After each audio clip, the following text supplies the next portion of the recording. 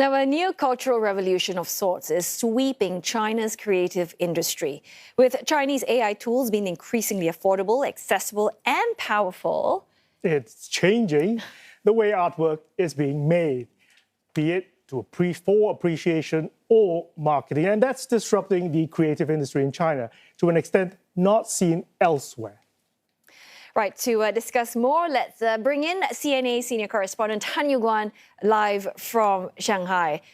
So, Yew Guan, we know that with AI now capable of generating marketing artwork with just a few prompts, I suppose creative professionals are finding themselves being replaced by technology? Yes, to some extent, yes. But for fashion, it's certainly a case of if you can't beat them, join them. Because with AI integration being promoted by the government here, many Chinese creative professionals are adopting AI as a tool in their creative process. A Shanghai Jiao Tong University study surveying about 110 visual artists published 2 years ago already found that 87% use AI in at least one stage of creation. Now that these AI-assisted creations are flooding the market, they are planting the seeds for a new legal conundrum. Does AI artwork generated by artists warrant copyright protection? After all, aren't AI models themselves trained on vast data sets of creative works to begin with? These questions are brewing court battles across China. Now, to give our viewers a sense of the issues being examined, my team zoomed in on two particular cases. We also visited an art exhibition of AI art here in Shanghai. Let's take a look.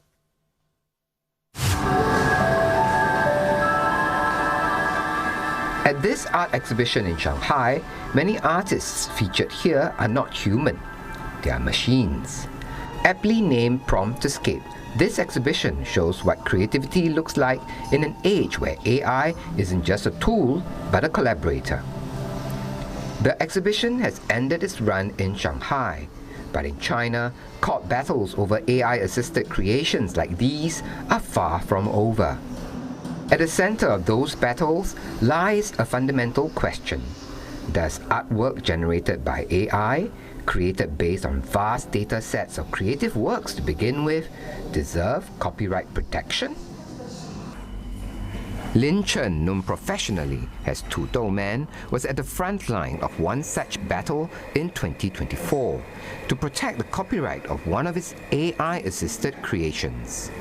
当时正好是情人节，2023年，我通过 Midjourney 进行一个最早期的生成，就是这个爱心在江面上有一个倒影，沟通了几个小时以后，就有一颗爱心躺在了上海的黄浦滩的那个江面上。通过 Photoshop 对它进行了修改，改成了半颗星星，这样就映衬了这么一个 idea， 哎，星星正好。 两个碰在一起，变成了一个完整的心。这个就是最后的作品，打官司的也是这个作品。对，那时候也是这个。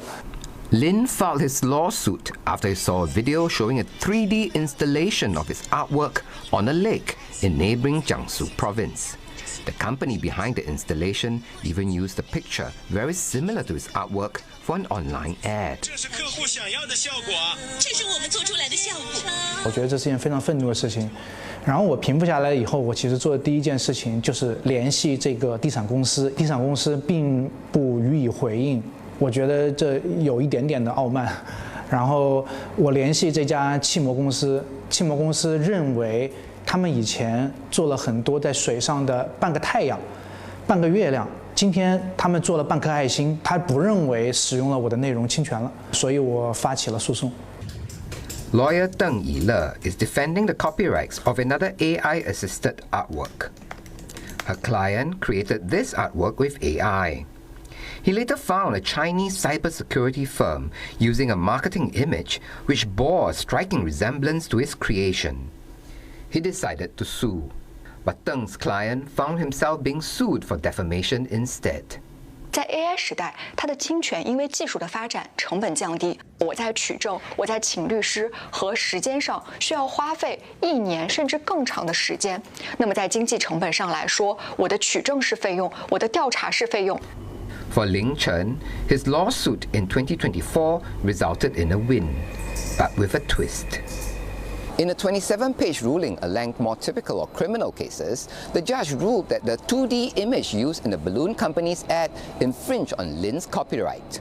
But the 3D installation on the lake did not. In the end, the judge awarded Lin 10,000 yuan in damages. That's about 1,400 US dollars.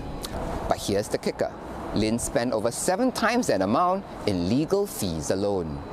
对我来说也是一次学习，我看到了我自己在注册的时候的一些盲区。早期我的注册只是登记了一张平面图，哪怕我当时的这个作品名字写的是半星艺术装置，但是这也是一张平面图。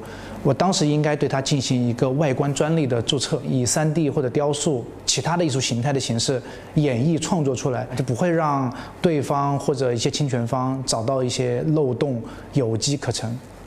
With AI advancing at lightning speed in China, it's also a constant learning process for judges and lawyers. 在23年的文生图第一案中，我们可以看到的是，输入提示词的这个人，他构成一个创作者，进而这个人工智能生成物生成这个图片，可以构成所谓著作权法意义上的作品。但是随着技术的发展，到此刻，如果仅是以输入提示词，甚至是修改步数、参数等，目前图片已经没有办法作为人工智能生成物进行保护。这背后就体现着司法规则对于技术发展的一个回应。With AI Plus now a national strategy and AI pumping out millions of works in China, the courts here are being forced to redefine the rules in real time, one case at a time. But those rules may well be a sneak peek into how originality and ownership could be redefined globally in the AI era. So, Yew Guan, in a nutshell, I mean, lawyers, judges alike are essentially playing catch up with the AI technology. Now, I'm curious to know, what was the outcome for lawyer Deng's case? I mean, I noticed rather that you actually did mention that in your story. Well, we couldn't include the outcome because her team was still debating which course of action to take to defend her client's AI-assisted work, since proof of prompts and changing of parameters no longer constitute enough human input for output to be considered copyrightable work. Her team has to consider other legal arguments. And for that, they're studying a relatively new document issued by the Supreme People's Court, which took effect just 2 weeks ago. It's the latest revision of the provisions on the causes of action for civil cases. In this version, there are a number of new causes of action related to protecting of IP of data. So even as we speak, lawyer Deng's team is filing their case under one of those causes of action. The argument being that her client's digital artwork constitute a unique set of data, and by using that data without permission to generate their own artwork, the defendants have infringed on her client's rights. So, Yew Guan, speaking of data, if that argument holds water, AI models themselves are trained on vast data sets of creative works. Does that then also constitute infringement of copyrights on an industrial scale? And I mean, it seems like a very complex matter. I mean, is there a way out of this conundrum? Well, there are a few schools of thought. In 2024, there was a petition calling for this unlicensed use of creative works for training generative AI to be stopped. The petition was initially signed by a group of more than 10,000 actors, musicians, and authors, mostly in the English medium. Prominent signatories include actress Julianne Moore, stand-up comic Rosie O'Donnell. Within months, the number of signatories swelled to 50,000. But that's one camp. Another school of thought suggests that we should treat creative knowledge as a public good and collectively fund its production. Like public broadcasting or roads, it should be accessible to everyone and paid for by everyone. It's food for thought. But the designer in your story, Tu Dou Man or Lin Chen, while he won his case, he lost a lot of money. He seems to have found a way, though, to work with AI in his professional life and to defend the rights of his work. Isn't that the case? Yes, it's a classic case of someone who has taken on the maxim of if you can't beat them, join them. He started working with AI very early on because he saw the writing on the wall that generative AI would be a beast he needs to tame, or he would be consumed by it. He had a valuable vantage point from 2014 to 2016. He worked as a full-time faculty member in the visual communication department of a university in Wuhan, and now he occasionally serves as a guest lecturer at several universities. He saw firsthand how some university programs were being discontinued because of AI. And now He's made a name for himself with AI-generated digital art that remixes modern consumer culture with Chinese aesthetics. They are hyper-realistic yet wildly imaginative. They bring to mind surrealist works of Salvador Dali mixed with the pop sensibility of Andy Warhol's Campbell soup cans. Some look like fan art of famous brands, and in the twist, some brands have come knocking on Tuto Man's door, commissioning his work for marketing campaigns or asking him to generate new concept art.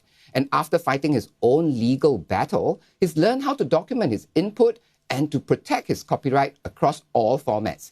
You could say his journey represents the happy ending many hope for as we navigate this brave new world of generative AI. And from what I can see, it seems like the lawyers are the only ones benefiting from all these lawsuits. Thank you so much for that story. Very, very interesting. CNA's senior correspondent Tan Yew Guan in Shanghai.